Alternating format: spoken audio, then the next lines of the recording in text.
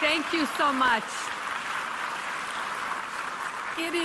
It is always a privilege to be here in the presence of one of the most courageous people I know, Madam Mariam Rajavi, to be in the presence of so many great exemplars of democracy and freedom from so many different countries who have served in so many roles. It's a very humbling experience. But most of all, it is rewarding to be here with you because you are freedom fighters. You are fighting for your people to be free. And I've been privileged to come to these meetings for more than a dozen years. And every year we say, next year, next year. Well, we said that in 2024.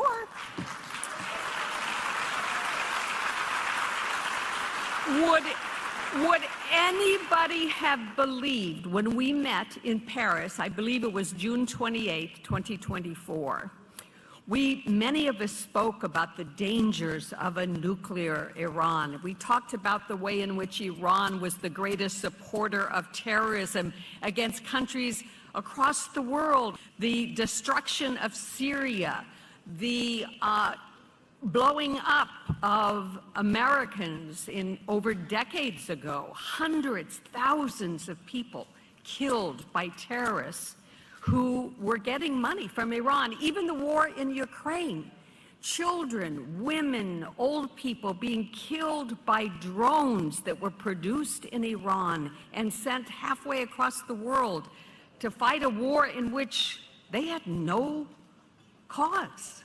There was no reason for this.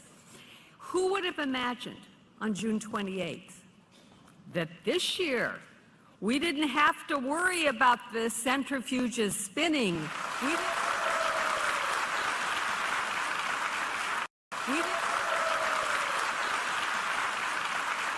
The IRGC generals who have plotted such destruction, the Quds forces, only because like a rat he was scurrying around in the darkness night to night, never sleeping in the same place, was Ayatollah Khamenei.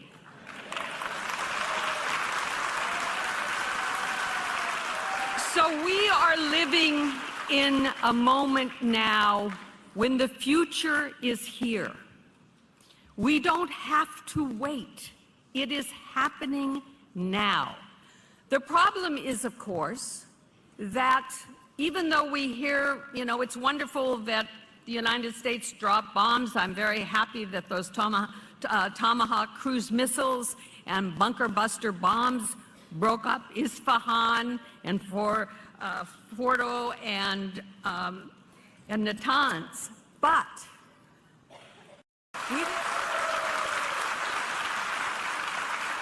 the IRGC generals who have plotted such destruction, the Quds forces, only because like a rat he was scurrying around in the darkness night to night, never sleeping in the same place, was Ayatollah Khamenei.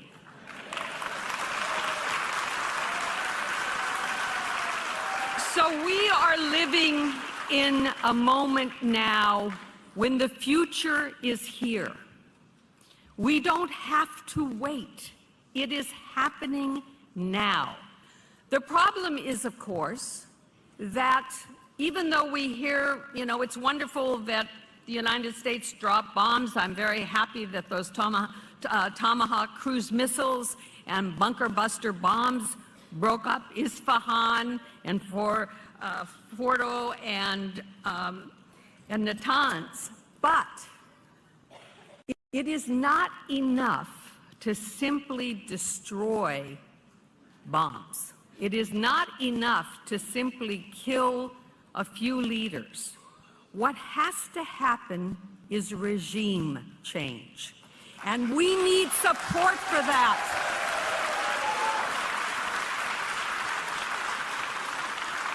Because without regime change, what happens is the rat Khamenei scurries out once the bombs stop dropping. And what does he do? He attacks his own people. They start rounding up people. They start torturing more people. They stop start killing people like Behruz Hassani and Mehdi Hassani, and they execute them. I mean, this has happened in the last week. There are 14 people who are associated with the PMOI who are sitting on death row now. We cannot wait for regime change. It must happen, and it must happen now, and it must happen from the people of Iran.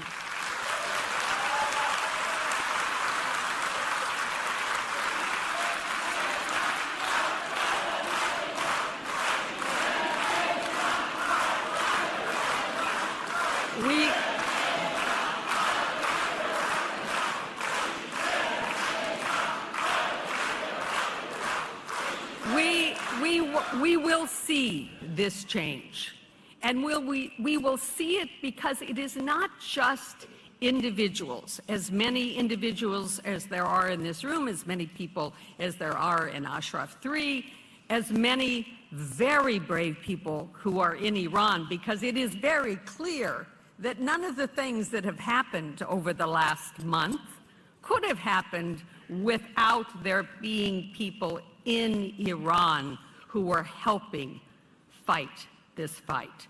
So it will happen. But then we have to know what comes next.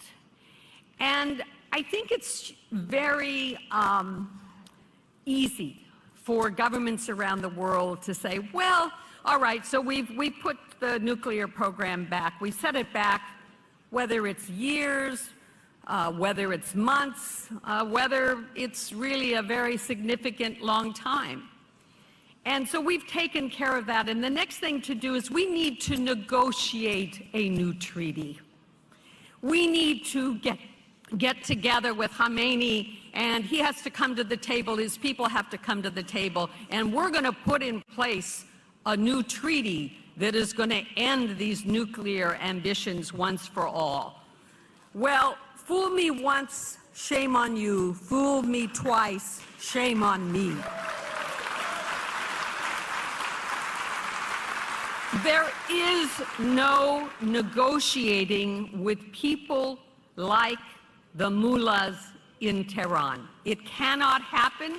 It will mean nothing. It will not be worth the paper that it is written on. The only way it is going to happen is if there is regime change. And again, some leaders in the world, some very influential people say, well, let's figure out who should be the person who's going to rule over Iran. Okay, let's get rid of the mullahs. So who are we going to put in place? And lo and behold, the son of the Shah sets himself forward and says, oh, me, I'm going to do it. I'm going to do a great job. Just, count on me. Well, I think we know what the Shah of Iran did, his father. I think that we do not want Savak back. We do not want more torture chambers. We do not want more people being executed in the name of the Shah.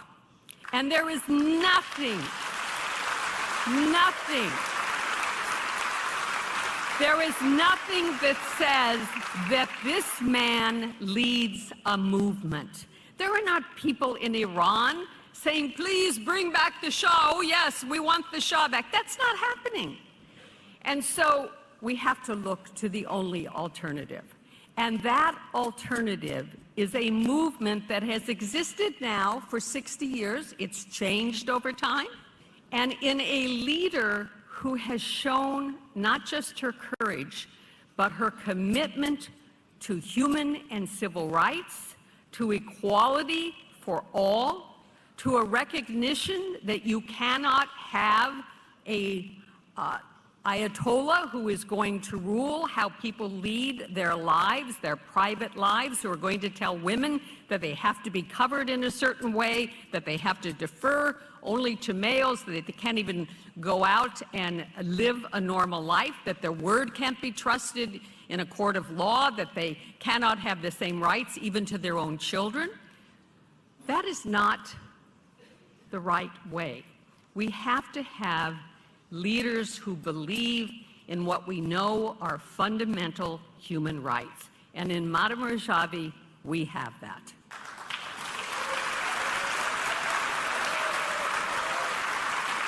So I say to you, you are all here because you are supporters of this movement. But it's not enough. There are not enough of you. I mean, it's very impressive. We see thousands of people when we come to these meetings, but it's not enough.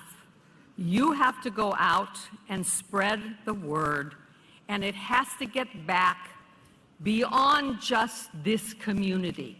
We have to go, those of us who are here from other countries, we have to go back and say, it's time to recognize the legitimate leadership of Maryam Rajavi. Thank you very much.